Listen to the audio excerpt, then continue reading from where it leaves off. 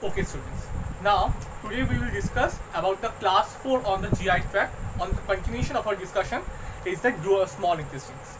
Now up till now we will discuss about the mouth, the tongue portion. Suppose this will be the tongue portion, there is a salivary gland will be there. Now this will be descending downwards to formation of your stomach. This stomach will be the now continuation of the small intestine, and this small intestine will be get the reticular portion, and now here it will be the makes the colon, and then there will be the anus portion. So this is the more a reticular structure of a GI tract. Now today we will discuss about the small intestine. Why it is called the small intestine, and what is about the large intestine? Because the lumen, the volume of the luminary diameter is the less in case of the small intestine. That's why it's called the small intestine. And in case of the colon, in case of the rectum, it is the luminary diameter is more. That's why this is called the large intestine. Okay. So this small intestine is the first broadly classified into the three regions. One is the duodenum, jejunum, and ileum. Duodenum, jejunum, and ileum. You will be the discriminate the duodenum to jejunum by the duodenojejunal flexor. By the duodenojejunal flexor. There is no specific boundary for the jejunum to ileum, so there will be the not so the discriminative functions. Now this duodenum further broadly classified into four parts. First part of duodenum, second part of duodenum, third part of duodenum, and the fourth part of duodenum. This first part of duodenum are discriminative from the now before the small intestine in the continuous GI tract. What is it? This is stomach. So the first part of the duodenum. So earlier there is a stomach, gets separated from the first part of the duodenum by the pyloric flexor. Where the end of stomach. Now first part of duodenum get separated from the second part of duodenum by the superior duodenal flexor.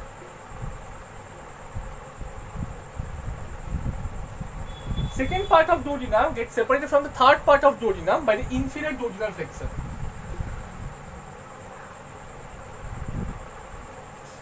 Third part of duodenum gets separated from the fourth part of duodenum by the abdominal aorta. And stomach, here is the starting from the stomach. End from where? To the jejunum? To the jejunum. So fourth part of duodenum gets separated from the jejunum by the duodenojejunal flexor. Here the duodenojejunal flexor. Duodenojejunal flexor. So these are the anatomical landmarks through which you can discriminate whether it is the first part of duodenum, whether it's the second part of duodenum, third part of duodenum, fourth part of duodenum, whatever it may be. But clinically, the second part of duodenum is the most important, because here the opening of the major duodenal papilla and the minor duodenal papilla, the duct of Weisach and the bile duct. So here we will actually discuss today about the clinical and the anatomical importance of the second part of duodenum, because the exam point is a very important for a discussion. Okay, so we shall discuss about now the second part of duodenum. So first point, what is the introduction? You may say that it is a part of the small intestine. It is a part of the small intestine.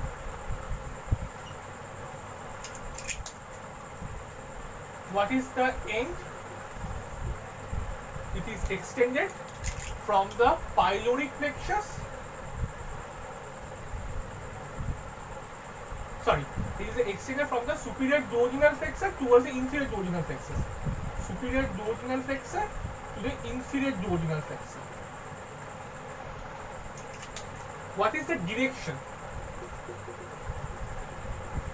It is somewhat little bit of this kind of. So it is descending downwards. It is a straight and slight little bit of the curvature should be this direction. So it is the direction is the downwards, it is a straight, and slight convexity towards your right side. Okay. Next, what is the length? It is the 4.5 centimeter. What is the visceral relation? The anteriorly visceral relation is the broad spectrum relation. Okay, so I can draw so that it will be very easier for you.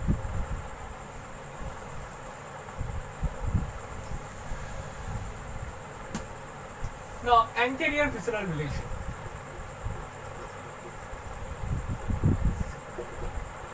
Suppose this is your second part of duodenum, somewhat little bit of like that. So then if suppose this is the lap of a mother, so in the lap of the mother there lies a pancreas. Okay, so here lies the annulus of pancreas.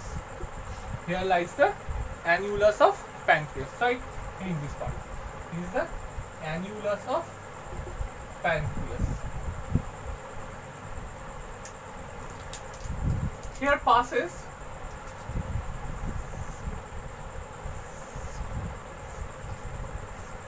the abdominal aorta,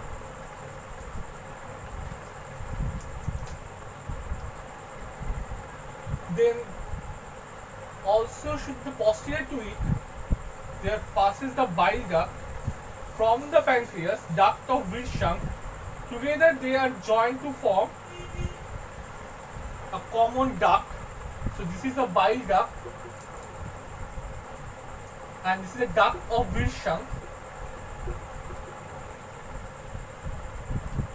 and here there lies the inferior vena cava. Posterior to all of that, here lies the inferior vena cava. Is this part clear?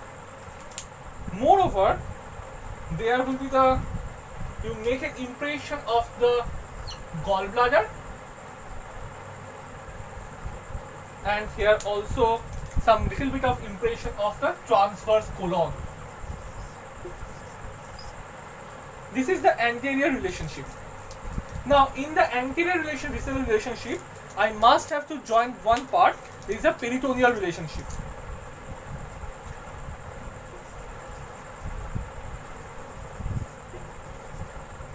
Now see, this part is covered by your colon. Rest of the all part is not covered by the colon. So rest of the all part are covered by the peritoneum. So this part all are covered by the peritoneal covering. Except the part, this is black color. This part is covered by the colon. So this part is not covered by your peritoneum. So this is a bare area. This is the bare area in case of the duodenum. Is this part clear? So there will be a port. This is together called the porta hepatis. This porta hepatis will be descending downwards. Bile duct, duct of Wirsung joined together. Opening to there is the second part of duodenum is the ampulla of water. These two are descending downwards. This is the annulus of pancreas. There is the colon. This is the transverse colon. This is the gallbladder, and this part, all the part, except the part which is overlapped by the colon, all are surrounded by the peritoneum. So this is the anterior relationship. This anterior relationship is some little bit of the complex structure. Now we will discuss about the posterior relationship.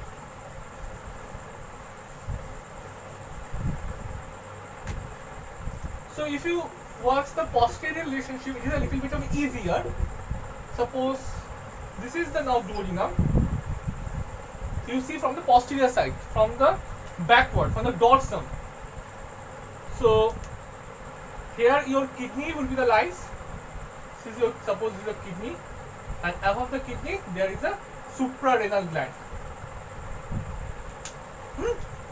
And then there is the diaphragm should be attached to here. Diaphragm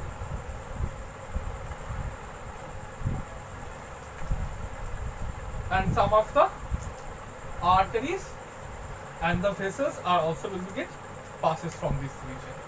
So it is a little bit of the easier structure, the posterior relationship. This posterior relationship is the total, the whole length is the not covered by the your peritoneum. So it's a completely, it is a aperitoneal structure. It's a completely aperitoneal structure. Is part the clear? There is the kidney, suprarenal gland. This is the suprarenal gland or the adrenal gland. This is the diaphragm. This is the some vessels. Okay, these are cumulative clear lines in this region, and there is some the and this is totally a peritoneal region. Okay, so this is the first is the posterior relationship. Now we will discuss about the blood supply of the second part of duodenum and the ductular system. Those who are the open in the second part of duodenum. If I cross section, so there is a opening of the second part of duodenum. Suppose you will be the cross section this part. Naturally, if when I talk about the histology, there is a number of the small extension.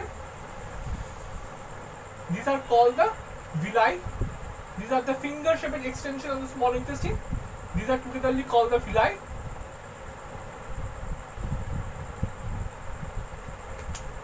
Now there is the opening is called the major duodenal papilla, and there is a one smaller opening which is the called the minor duodenal papilla.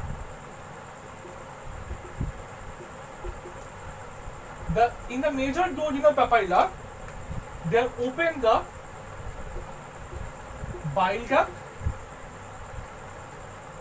In the minor duodenal papilla, there will be the open the duct of Wirsung.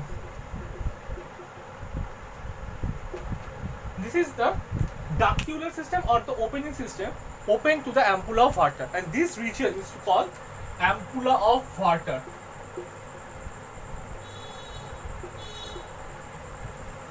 Now,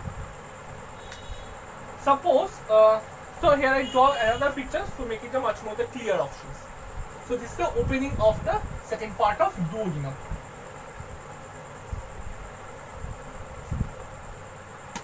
Then I discuss about the blood supply to the second part of duodenum.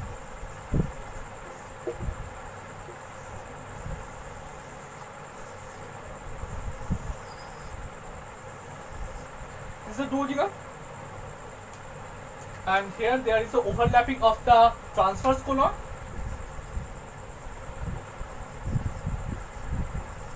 This part is the overlapping transverse colon.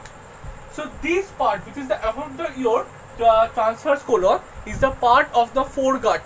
This is the part of foregut, and the part which is below this transverse colon is a part of the midgut.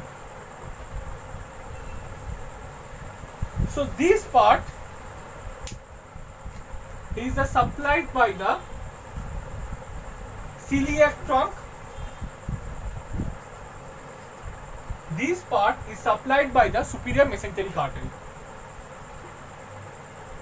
Now, which branch of the superior mesenteric artery? It is the superior mesenteric artery, inferior pancreatico-duodenal artery. And the celiac trunk is the superior pancreatico-duodenal artery.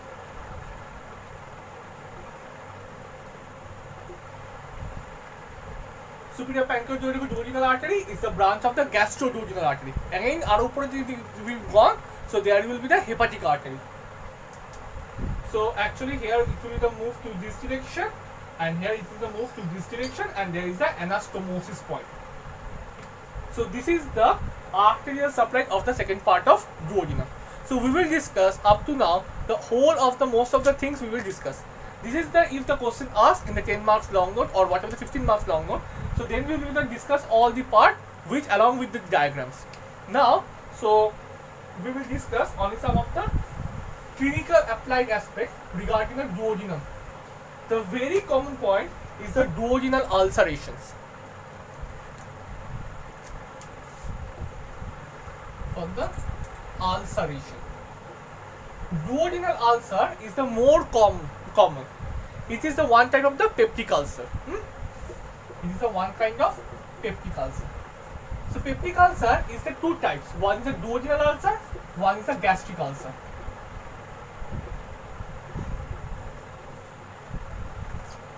This duodenal ulcer and the gastric ulcer, how does clinician will be the diagnosis whether it is a duodenal ulcer or it is a gastric ulcer.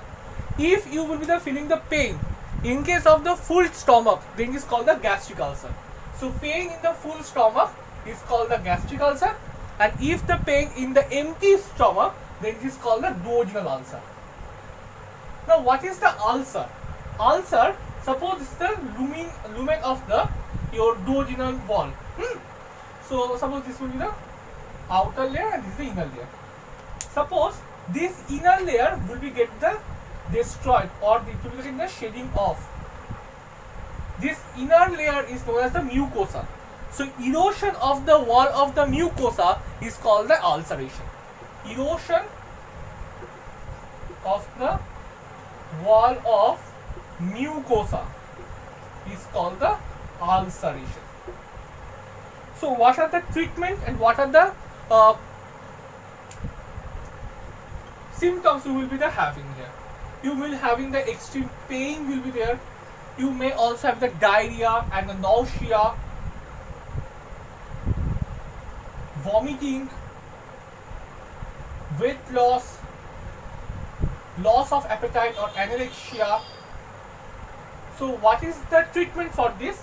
Nowadays there is a pantoprazole and domperidone combination. PANDI is the best treatment regarding this. Moreover, there is a omeprazole, or there are some cimetidine blocker also may have been uses. These are all the proton pump inhibitor. So this is one of the very most important and the common applied aspect in case of the second part of the duodenum. Next, there may be the ductular system may also will get the obstruction due to the obstruction of your opening of the duodenum, because of any kind of the calculus formations. There may be the duodenal cap formation. There may be the duodenal cap formations. So these are the some of the very most common, the second part of duodenum, the clinical aspects. Okay. Here we now make a comparative study between the jejunum and ileum, because both are the very much reticular portion and both have the very much have prone to have damage during the accidental purpose or the road traffic injury. So the length of the jejunum is the 8 feet. The length of the ileum is the 12 feet. The thickness of the jejunum is the more, it's little bit of the 4 centimeter, while in case of the ileum it is the less, it is a little bit of the 3.5 centimeter. The Brunner's gland is the present, Brunner's gland here also present. And here is the one, this is one another structure, which is a histological structure. So when I discuss about the histology, so then I will discuss the whole of the part of this. Now position, it will be located in the umbilical region, and it is located in case of the right hypogastric region, and to some extent the pelvic region.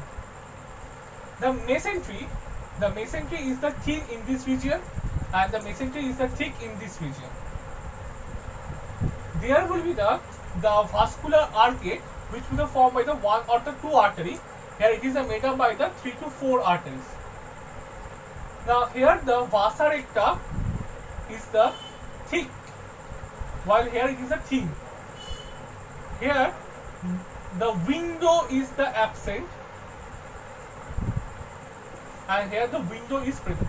Now what is this mesentery? I described the mesentery in the separate diagram, so that it will be the very much clear.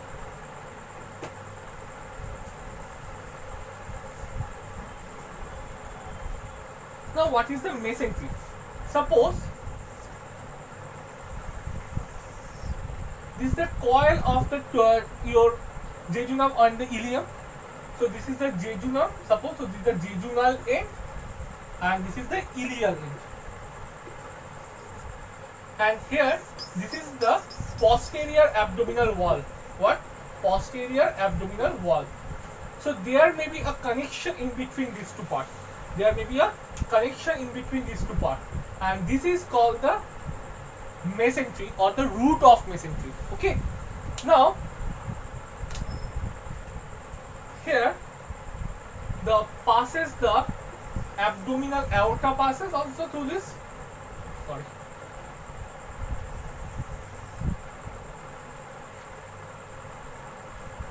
And the inferior vena cava may also be, because it passes through this.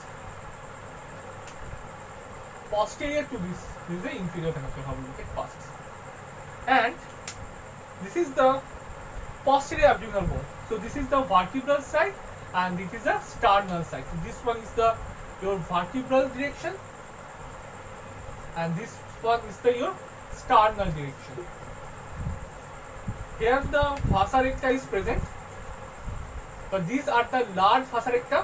1 or 2 number of the arteries are there, but here there is a large number of the vasa recta is present, and these vasa rectas are the much more the smaller, and these, as they are the much more the smaller, so there makes a window. There is some of the protrusion, some opening are also will be there. So these are make the window like structure of this. Is the mesentery now clear? So this is the nothing but this is the lumen of the jejunum and ileum. This is the posterior abdominal wall, and this is the connection between these two. And here are some of the vascular supply. These are called the vasa recta. This is called the vasa recta. There is a one jejunal end, there is a one ileal end. This jejunal end is the much more thicker. Means this part of the vasa recta is thicker, while this is the sternal end and this is the vertebral end. So this is the about your root of mesentery. Sometimes this root of mesentery may also will be a rupture, and this will be the causes the visceral pain. Okay, this will causes the visceral pain. They may be the transferred to the any kind of the muscular structure by the referred theory or the projected theory. You will learn in the physiology of this part. So this is the small intestine, and generally these are all passes through the, as these are the pelvic region, so there may be the passes the parasympathetic nervous systems. Okay, so this is the very important for the your root of mesentery for the peritoneal structure. So here I think this is the all about your small intestine. It is a very small class, but it is a very important duodenum, and because a 10 marks long note during the often asked in the examinations, and you may draw the diagrams also of this, and suppose this is enough for today's session. Thank you for watching this video.